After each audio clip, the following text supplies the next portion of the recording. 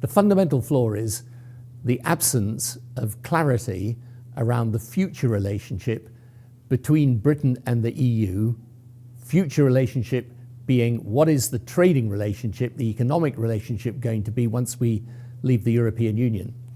And here, the big flaw in the deal is that it's completely vague, totally ambiguous.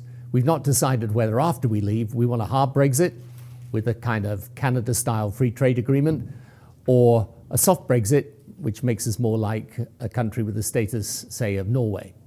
So this is a huge disagreement, and it's not resolved by the deal that's been agreed.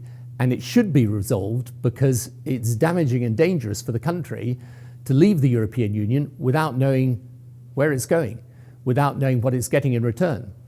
So why have we come to this position? We've come to the position because, frankly, not just inside the government, but right inside the centre of cabinet, there is a profound disagreement. Some people want a complete break from Europe. So we move to a third country free trade agreement, rather like Canada, but that's going to do quite a lot of damage and disruption to British industry. It's been trading for 4.5 decades inside the European trading system.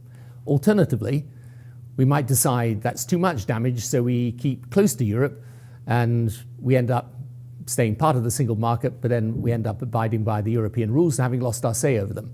So that's a huge disagreement right at the heart of cabinet. So what does the Prime Minister decide to do? Effectively, what she's doing is saying, let's get on the train, leave the station, but we don't yet know the destination. We'll work that out afterwards, after we leave. This is really not a sensible idea.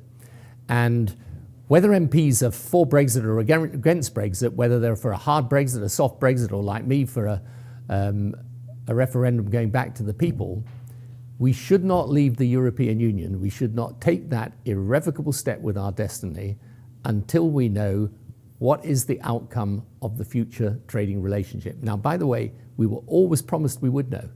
And of course, at the point at which we exit the European Union, we will need to know what our new relationship with the European Union is. Several times the Prime Minister made it clear. What I'm working for is to have sufficient detail that people have the confidence of knowing where they're going to stand for the future. She said, by the time we leave, we'll know the details of the future relationship with sufficient clarity to know where we're heading. We don't. And my suggestion now for members of Parliament is, yes, of course, they should deal with the Irish backstop question. It's an important question, a vital question, not least for the Northern Ireland peace agreement, but it's not the only question. What they should do is force the government to clarity.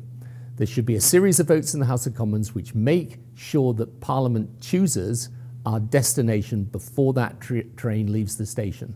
If not, we're going to be arguing about this the other side of March 2019 and for a long time to come.